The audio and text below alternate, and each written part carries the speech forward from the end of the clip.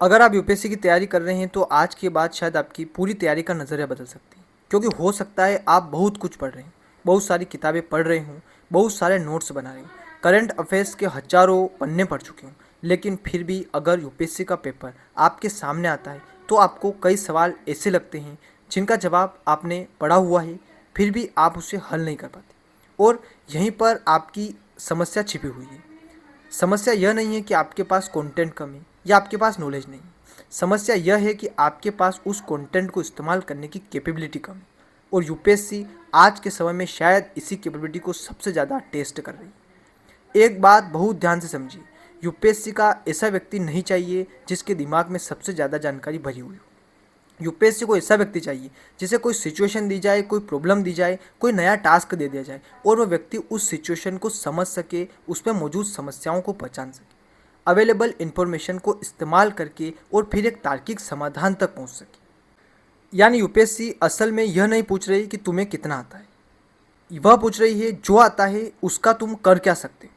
और इन दोनों सवालों में बहुत बड़ा अंतर है। इसे एक बहुत सामान्य उदाहरण से समझिए। मान लीजिए मैं आपको कहता हूँ कि 10वीं मंजिल पर एक फ्लैट है, वहाँ कपड़े सूख रहे हैं। मैं आपको चाबी दे देता हूँ और आपको बिल्कुल सही रास्ता भी बता दूंगा कि कपड़े कहाँ पर रखे हुए हैं। अब आपके पास पूरी इन्फॉर्मेशन है, आपके पास चाबी है, आपको लोकेशन भी पता है, आपको टास्क की भी जानकारी है। तो आप सोचते हैं काम तो बहुत आसान है, मैं चला जाऊंगा, कपड़े लेकर वापस आ जाऊंगा। लेकिन जैसे ही आप वहां पर पहुंचते हैं आपको पता चलता है कि लिफ्ट खराब है। अब आपके पास चाबी अभी भी है, आपको पता है कपड़े कहाँ हैं, आपको यह भी पता है कि आपको क्या लेकर आना है। लेकिन अब आपकी इन्फॉर्मेशन अकेली आपका काम पूरा नहीं कर सकती। अब चाहिए कैपेबिलिटी, एक्सपीरियंस, 10 मंजिल सीढ़ियों को चढ़ने की कैपेबिलिटी और उसका एक्सपीरियंस, थकान को संभालने की कैपेबिलिटी, सिचुएशन को अडेप्ट करने की कैपेबिलिटी, और सबसे महत्वपूर्ण, जब परिस्थिति आपके हिसाब से न हो तब भी टास्क पूरा कर देने की कैपेबिलिटी।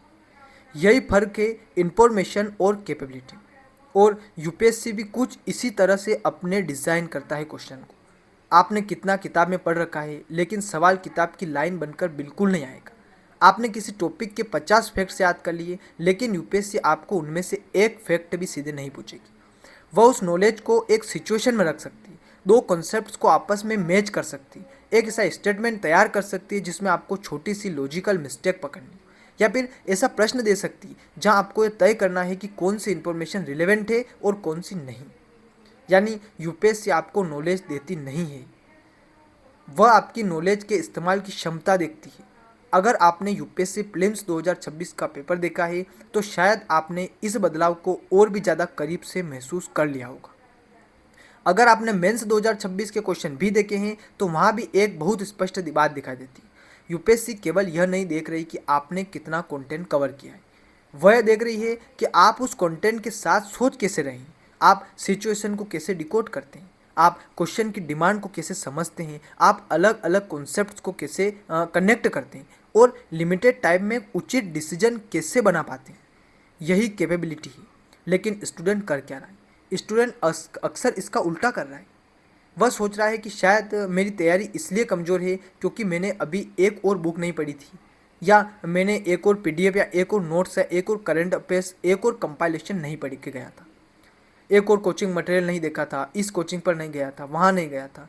और फिर वह एक और सोर्स पकड़ लेता है, फिर दूसरा, फिर तीसरा, और धीरे धीरे उसके पास कंटेंट का पहाड़ खड़ा हो जाता है। लेकिन समस्या फिर भी वही की वही रहती है।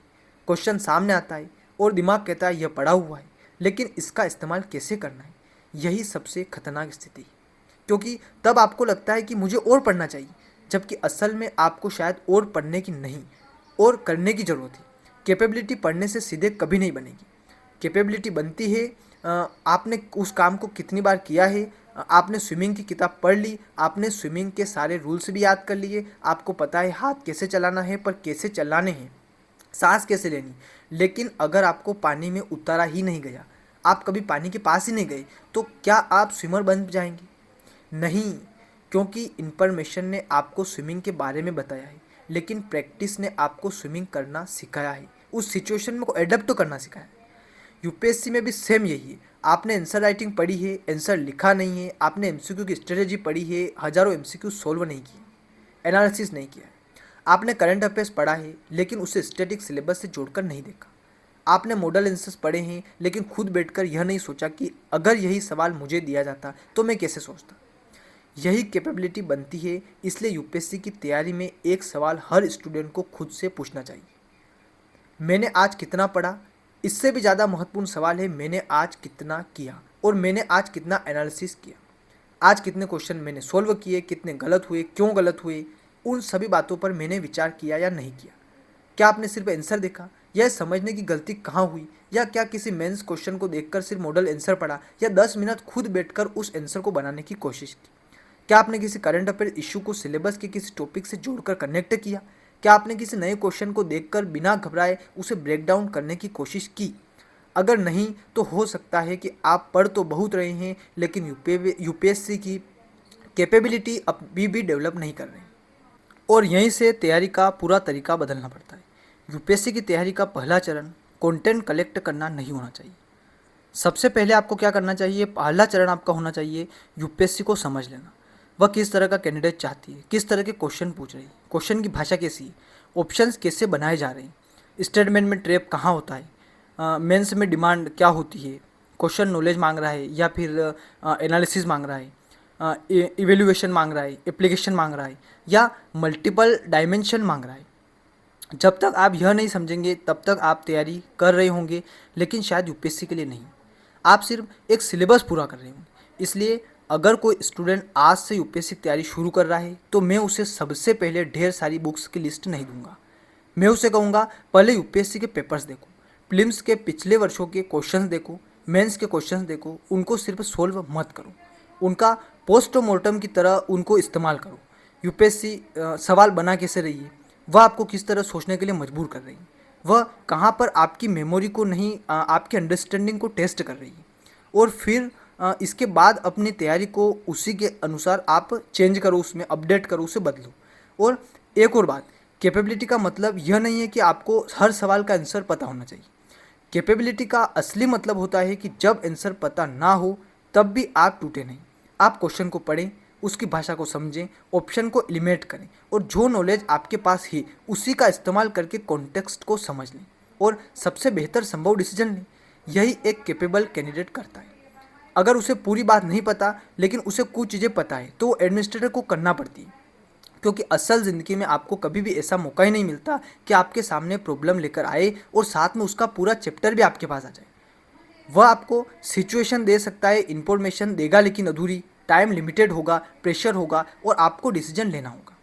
यूपीएससी इसी क्षमता की तरफ देख रही है और मेंस में तो यह बात और भी स्पष्ट हो जाती है।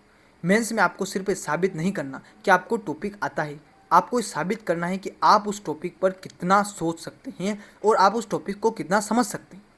एक क्वेश्चन के कई डायमेंशन निकाल सकते हैं, आर्गूमेंट्स को बैलेंस कर सकते हैं, फैक्ट्स का सही इस्तेमाल कर सकते हैं।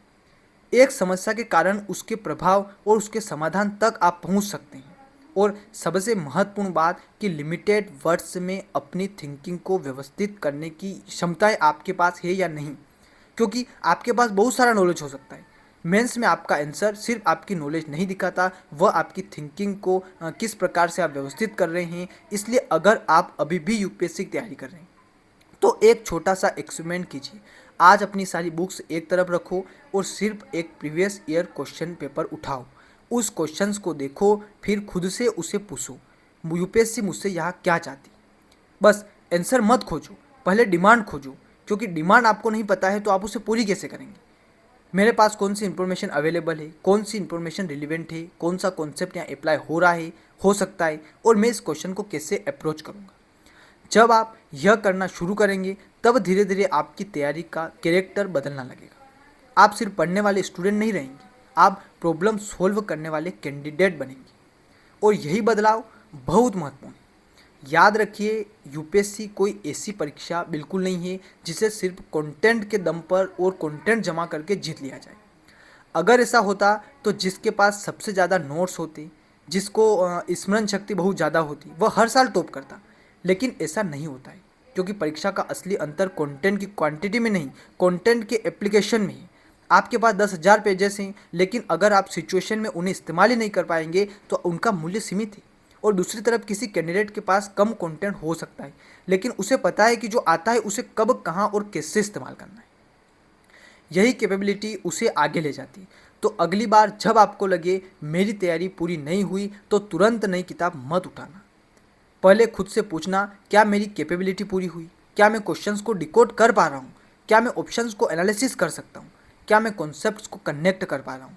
क्या मैं अननोन सिचुएशन में भी सोच पाने की क्षमता रखता हूँ? क्या मैं बिना रटे हुए लॉजिक लगा सकता हूँ? क्या मैं मेंस के सवाल पर अपना विचार व्यवस्थित कर पा रहा हूँ? अगर इन सवालों का जवाब नहीं है तो शायद आपको और कंटेंट से अधिक प्रैक्टिस की और उस एक्सपीरियंस की, उस एनालिसिस की और उस कैपेबिलिटी की ज़रूरत है। यूपीएससी यह नहीं पूछेगी कि आपने कितने घंटे पढ़ा, वह यह देखेगी कि जो आपने पढ़ा उसे आप कर सकते हैं या नहीं कर सकते, और उससे आप क्या कर सकते हैं। और यही यूपीएससी की तैयारी का सबसे बड़ा बदलाव है। कंटेंट आपको जानकारी देता है, लेकिन कैपेबिलिटी आपको उस जानकारी को प्रोसेस करना सिखाती है। कंटेंट आपको बताता है कि चाबी कौन सी है, कैपेबिलिटी बताती है कि लिफ्ट खराब होने के बाद भी आपको क्या करना है, 10वीं मंजिल तक कैसे पहुंचना है। और शायद आज की यूपीएससी यही दूसरा व्यक्ति ढूंढ रही है। इसलिए यूपीएससी की तैयारी शुरू करने से पहले यूपीएससी को समझिए, उसके क्वेश्चन को समझिए, उसकी डिमांड को समझिए, और फिर कंटेंट के पीछे भागने के बजाय कैपेबिलिटी बनाइए। क्योंकि यूपीएससी में जीत उस कैंडिडेट की नहीं होगी जिसके पास सबसे ज़्यादा कंटेंट है। कंटेंट लगभग लगभग सबके पास ही होता है। जीत उस कैंडिडेट की होगी जो दिए गए कंटेंट और परिस्थिति का सबसे बेहतर इस्तेमाल करना जानता है। यूपीएससी की तैयारी की असली जीत यहीं पर छुपी हुई है। अगर आपको मेरा यह एनालिसिस पसंद आया हो, मेरा ये वीडियो, मेरा एक्सपीरियंसेस अगर आपको पसंद आए हो, और अगर आप चाहते हैं कि मैं ऐसे वीडियो बनाता रहूं, तो हमें सपोर्ट कीजिए, हमें सब्सक्राइब कीजिए और चैनल को लाइक शेयर अपने दोस्तों के साथ कीजिए।